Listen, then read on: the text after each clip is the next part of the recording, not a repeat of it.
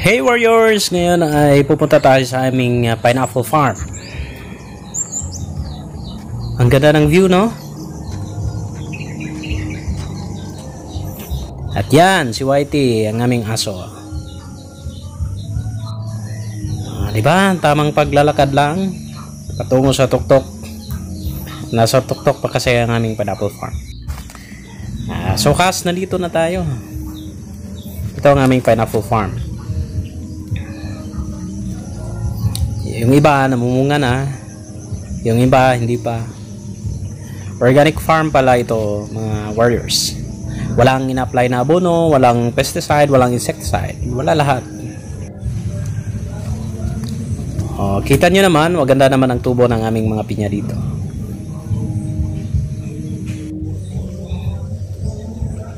Ito pala ang 360 degrees. Ikutin natin ang pineapple farm. Ito yung lumang pineapple farm namin. Hindi na namin piniface out para mamunga ulit. Yung sa ibaba, yung bagong pineapple farm namin. Marami pa dyan sa ibaba. Yan, malapit na yung mamunga. Teka muna, picture muna tayo.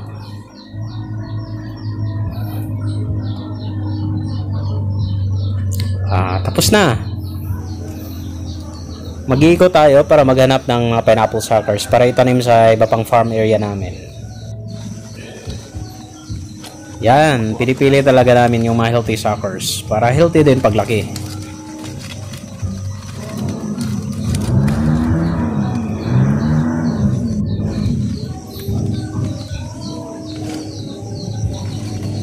May mga pineapple slips din na madali lang kunin at madali lang yang mamunga.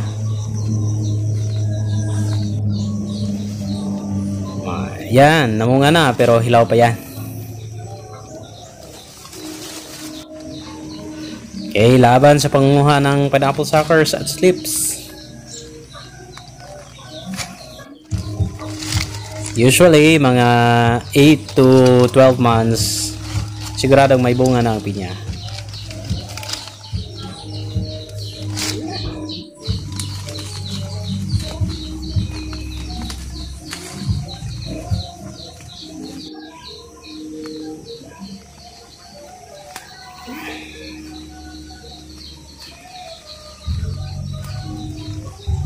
Yan, mga pineapple slips yan.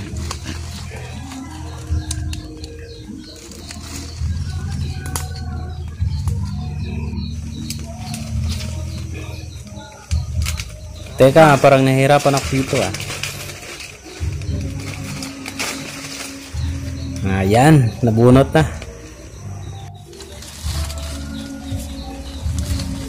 Diba? Madali lang kunin. Sa mga nagbabalak na start ng pineapple farm,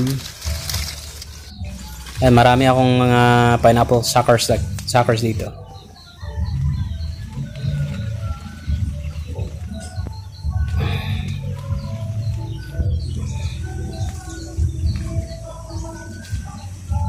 Okay, hakot time na.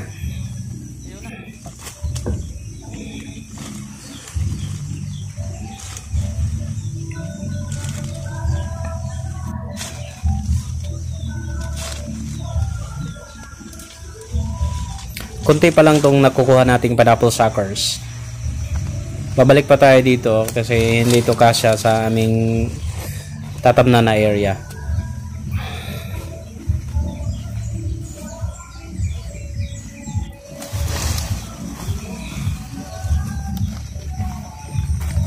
Okay, lagay na natin sa sako.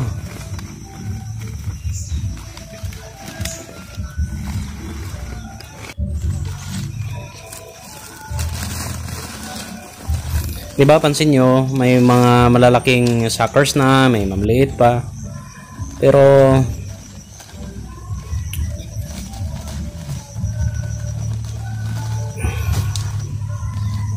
sabay-sabay lang din silang mamunga.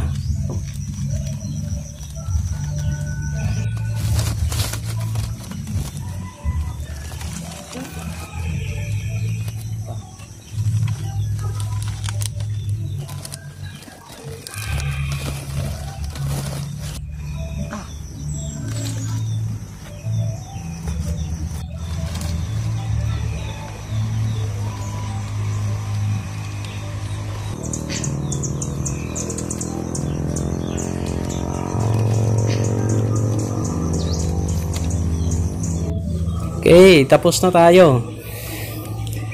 Tara, maghanap tayo ng pinya kung mahinog na.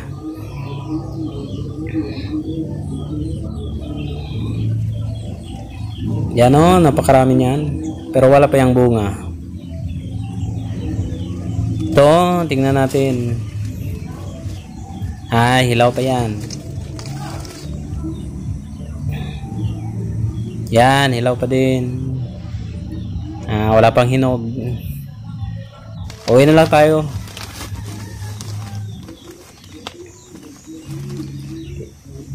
Okay, kung may mga suggestion kayo at mga katanungan, mag-comment lang sa baba. Bye bye, warriors!